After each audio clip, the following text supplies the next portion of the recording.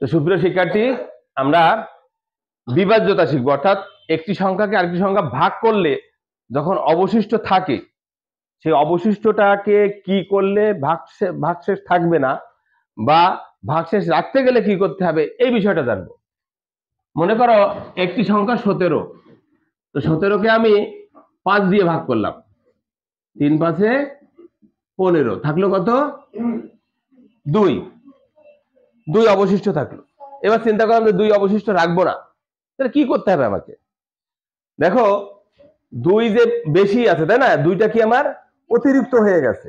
এই অতিরিক্তটা যদি আমি ভাজ্য থেকে কমাই দিই, তার মানে এই 17 থেকে যদি আমি 2 বিয়োগ করি তাহলে পাই কত? 15।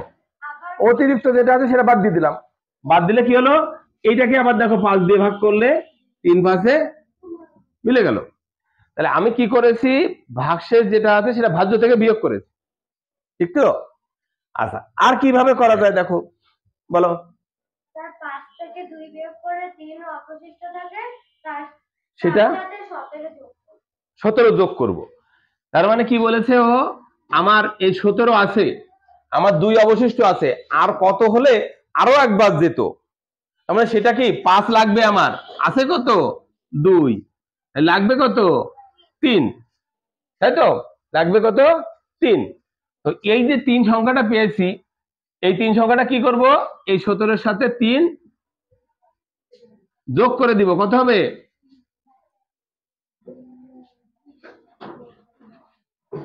20। এবার দেখো 5 দিয়ে ভাগ করো, এটা ন্যূনতম কত যোগ করবো, ন্যূনতম কত বিয়োগ করবো, এটা পাবো। কিন্তু এরপরে আরো অনেক সংখ্যা দিয়ে আমরা মিলাতে পারি। তো 17 সাথে ন্যূনতম কত বিয়োগ করলে নিঃশেষে বিভাজ্য হবে সেটা 2, আর 17 থেকে ন্যূনতম কত যোগ করলে নিঃশেষে বিভাজ্য হবে সেটা কত? 3। তার মানে 17 সাথে 3 যোগ করলে 5 দ্বারা নিঃশেষে বিভাজ্য, আর 17 সাথে 2 বিয়োগ করলে 5 দ্বারা নিঃশেষে বিভাজ্য, ন্যূনতম। ঠিক আছে? তো আমরা বুঝলাম যে ভাজ্য থেকে ভাগশেষ যদি বিয়োগ করি তাহলে নিঃশেষে বিভাজ্য হয়, অথবা ভাজক থেকে ভাগশেষ বিয়োগ করে সেই বিয়োগফল যদি ভাজ্যের সাথে যোগ করি তাহলে নিঃশেষে বিভাজ্য হয়। ঠিক আছে? বুঝছি কিনা এটা? আচ্ছা, এবার দেখো আমি বললাম যে একটা নিঃশেষে বিভাজ্য সমস্যা, মনে করো 21 27 কে ভাগ করব 9 দিয়ে, কয়বার যাবে? 3 9 27, ভাগশেষ 0 আছে। আচ্ছা বলো তো, এই ক্ষেত্রে সর্বোচ্চ কত ভাগশেষ থাকা সম্ভব ছিল? 8। কারণ কি? ভাগশেষ কখনো ভাজক থেকে বড় হতে পারে না, তাহলে 8 সবচেয়ে বড় সংখ্যা দরকার ছিল, যে 8 ভাগশেষ। তা আর কত কত হয়? 8। তাহলে 8 7 6 5 4 3 2 1, এই সংখ্যাগুলো ভাগশেষ থাকা সম্ভব। তো আমি চিন্তা করলাম না, এখানে ভাগশেষ আমি 5 রাখবো, 5 ভাগশেষ রাখবো। তাহলে আমি নিঃশেষে বিভাজ্য হয়ে গেছে, এই ক্ষেত্রে আমি বললাম যে না, ভাগশেষ আমাকে 5 রাখতে হবে। কি করলে 5 ভাগশেষ থাকবে বলো? বিয়োগ দিতে হবে। আচ্ছা, এটা এটা আর কেউ বলো। 27 সাথে 5 যোগ করলে হবে। ভেরি গুড, এটা তো নিঃশেষে বিভাজ্য, তাহলে অতিরিক্ত আমি 27 সাথে 5 যোগ করে রাখবো। ওকে, 27 সাথে 5 যোগ করে রাখবো, যোগ করলে কত হবে? কত? 32। একে আমি ভাগ করব কত? 9 দিয়ে, কত? 3 9 27, 4 9 3 9 27 না, থাকলো কত? 5। তাহলে আমার কাজটা হয়েছে, ঠিক না? মিলাই দেখলাম যে ঠিক আছে, ওইটাই ঠিক আছে।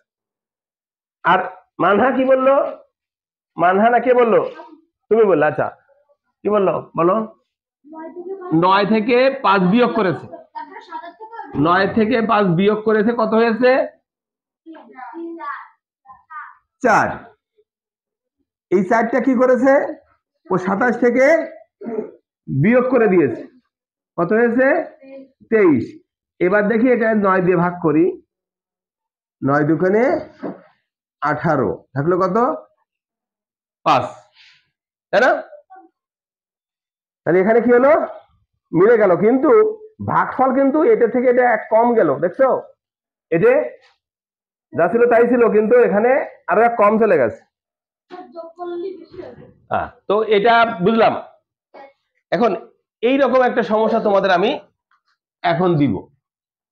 আচ্ছা, 3 অঙ্কের বৃহত্তম সংখ্যা কত বলো? 999। 9 না, 3টা 9। 3টা 9 পাশাপাশি বসালে 3 অঙ্কের বৃহত্তম সংখ্যা গঠিত হয়। কারণ 9 আছে সবচেয়ে বৃহত্তম অঙ্ক হচ্ছে 9, এবং যে কোনো স্থানে 9 এর স্থানে মান সবচেয়ে বেশি। তাহলে আমি 3টে 9 পাশাপাশি বসাবো, তাহলে 3 অঙ্কের বৃহত্তম সংখ্যা গঠিত হবে। 4 অঙ্কের ক্ষুদ্রতম সংখ্যা কত?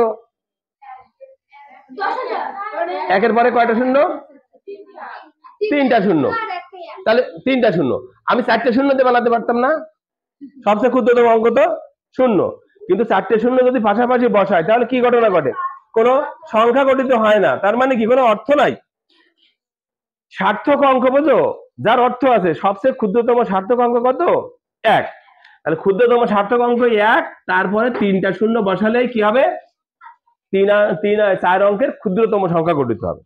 আর বৃহত্তম সংখ্যা বললে যত অঙ্ক বলে ততগুলো 9 দিলেই হয়ে যায়, তাই না? সবাই এই সমস্যাটা সমাধান করো। এই দুটো সমস্যার সমাধান করব, সবাই চেষ্টা করো।